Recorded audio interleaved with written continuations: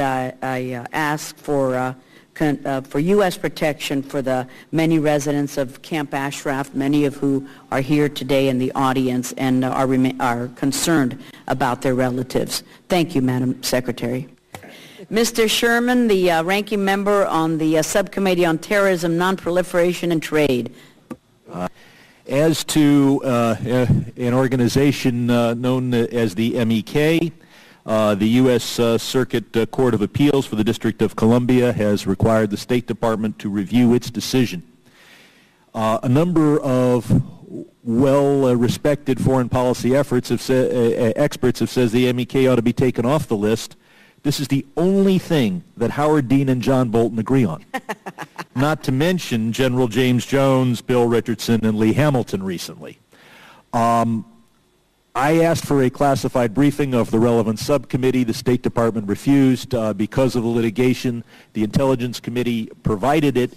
And frankly, after that classified briefing, I thought that perhaps there was nothing done this century that justified the MEK being on that list, and it provided substantial ammunition to the belief that the MEK is on the list as part of a peace offering or a concession to Tehran. So I hope that you will personally review the decision that the court has ordered your department to review.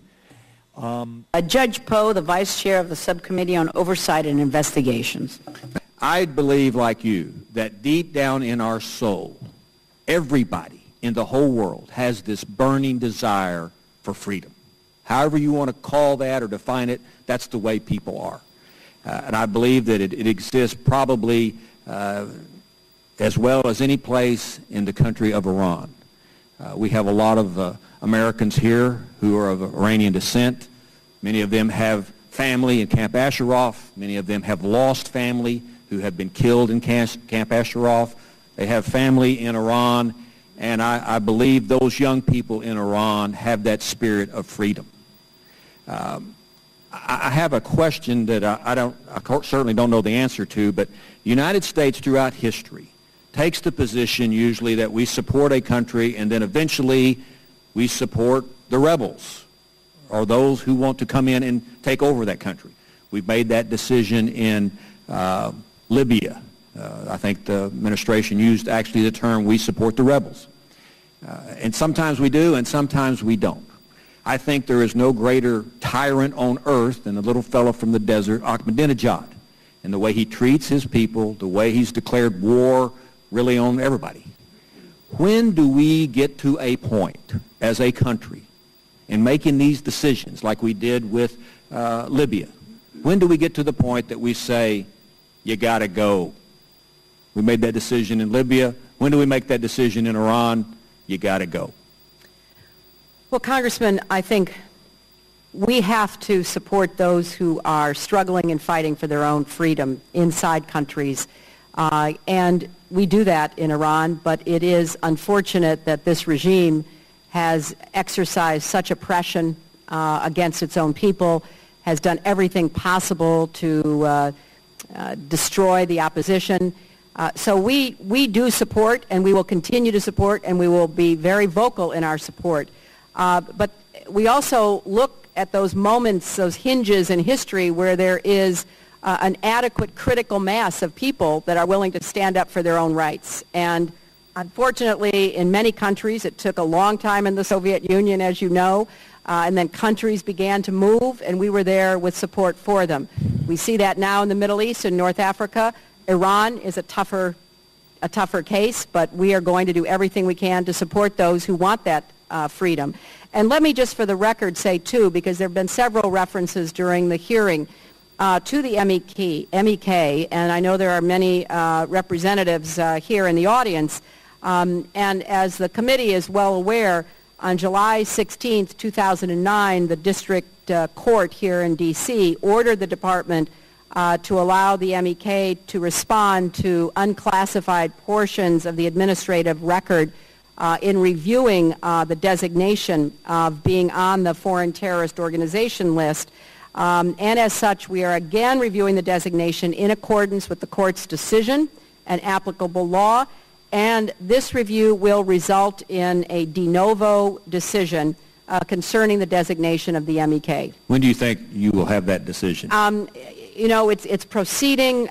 These are very important considerations and reviews, and you know, as soon as we can, we will make such a decision, Congressman. Myself and others have met with the State Department, CIA, and classified briefings, and I would just encourage the State Department, based on everything I know, to make that decision. I'm one that, of course, thinks that we ought to take them off the list. And I would hope Congress wouldn't have to make that decision, hope the State Department would. But I would ask that if any information comes forward, either way, that your Department of State would share that with us in a classified briefing so that we have that information. And the last question I was going to comment on and concern was the residents of Camp Ashraf. They are nervous. Their relatives are nervous. How do you, just your opinion, think this is going to play out once we're gone? How do you see that working, playing out? Well, first, let me say that we monitor this situation very closely. We try to investigate all of the assertions that are made. We know that adequate food and fuel under our supervision and pushing gets in, but we also know there are constant propagations that exist. So we are in a daily dialogue with the government of Iraq, with the United Nations, and we will continue to do everything we can.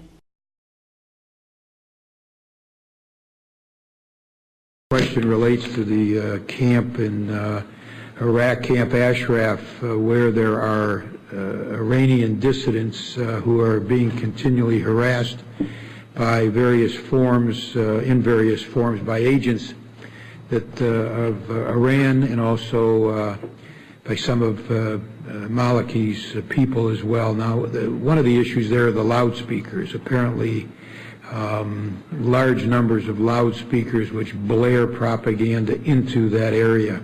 I'm wondering whether you've taken this issue up, General, with Prime Minister Maliki, and whether we are pressing this issue, because that kind of psychological abuse is unacceptable.